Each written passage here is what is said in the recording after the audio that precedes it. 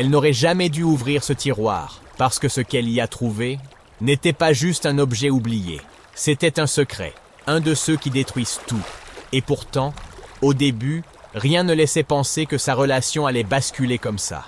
Elle était en couple depuis un peu plus de 2 ans. Une relation stable, sans histoire particulière.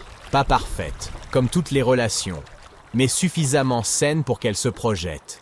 Ils avaient leurs habitudes, leurs moments, leurs projets. Bref, une vie normale. Mais depuis quelques semaines, quelque chose avait changé. Ce n'était pas évident au début. Juste des petits détails. Des choses qu'on remarque, mais qu'on choisit souvent d'ignorer. Il passait de plus en plus de temps sur son téléphone, mais jamais devant elle. Toujours retourné sur la table, toujours en mode silencieux, toujours avec ce réflexe de le cacher dès qu'elle approchait. Au début, elle s'est dit que c'était dans sa tête, qu'elle se faisait des films. Mais plus les jours passaient, plus ce malaise grandissait. Et toi, dis-moi honnêtement, tu aurais ignoré ces signes, ou tu aurais commencé à douter? Parce que c'est exactement là que tout commence. Un soir, alors qu'il n'était pas encore rentré, elle était seule à la maison. Rien de spécial. Une soirée normale. Mais il y avait cette sensation, cette impression étrange, difficile à expliquer. Comme si quelque chose n'était pas à sa place. Elle se lève, elle marche dans le salon, puis dans la chambre. Et là, elle remarque un tiroir légèrement entrouvert. Un détail, rien de plus. Mais tu sais, ces petits détails qui attirent ton attention sans raison. Elle s'approche, elle hésite. Elle sait qu'elle ne devrait peut-être pas regarder, mais en même temps, quelque chose la pousse à le faire. Alors elle ouvre. Et là, elle tombe sur un téléphone. Pas le sien, pas celui qu'il utilise tous les jours. Un autre téléphone, complètement caché. À ce moment-là, son cœur commence à accélérer. Pourquoi quelqu'un aurait un deuxième téléphone, caché? Elle le prend. Ses mains tremblent légèrement. Elle hésite encore. Parce qu'à cet instant précis, elle sait une chose. Ce qu'elle va découvrir peut tout changer. Mais elle appuie quand même sur le bouton. L'écran s'allume. Pas de code.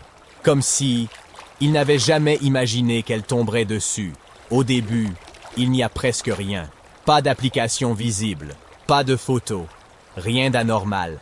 Et pendant une seconde, elle se dit qu'elle s'est trompée, qu'elle a exagéré. Mais ensuite, elle voit une application, une seule, une messagerie. Elle clique. Et là, tout bascule. Des conversations. Beaucoup trop de conversations. Des prénoms qu'elle ne connaît pas. Des messages récents. Très récents. Elle ouvre une discussion, puis une autre. Puis une autre.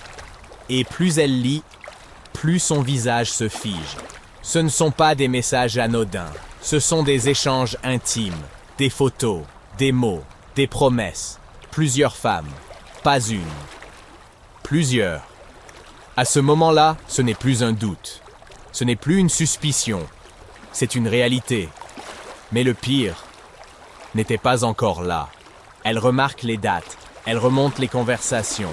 Et là, elle comprend que ça dure depuis des mois entiers, pendant qu'il était avec elle, pendant qu'il sortait, qu'il riait, qu'il faisait des projets. Il vivait autre chose, une double vie, organisée, discrète, maîtrisée, et soudain, tout ce qu'elle pensait réel commence à s'effondrer.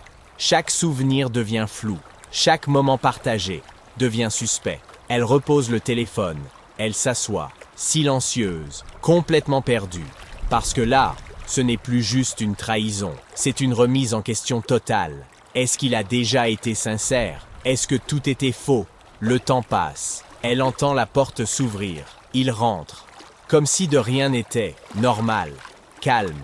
Comme tous les jours. Mais cette fois, c'est différent.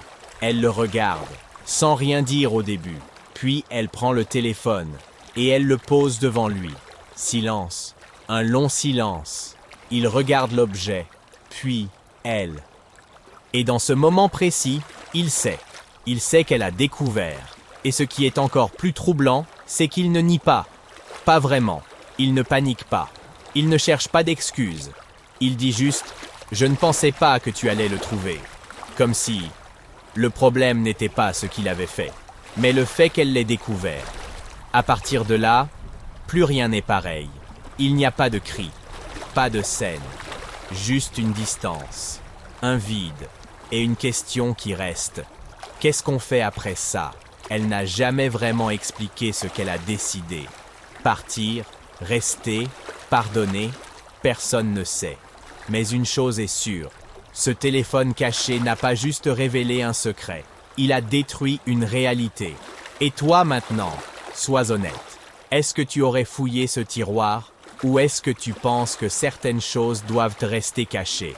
Dis-moi en commentaire, fouiller ou faire confiance? Parce que dans ce genre d'histoire, il n'y a jamais une seule bonne réponse.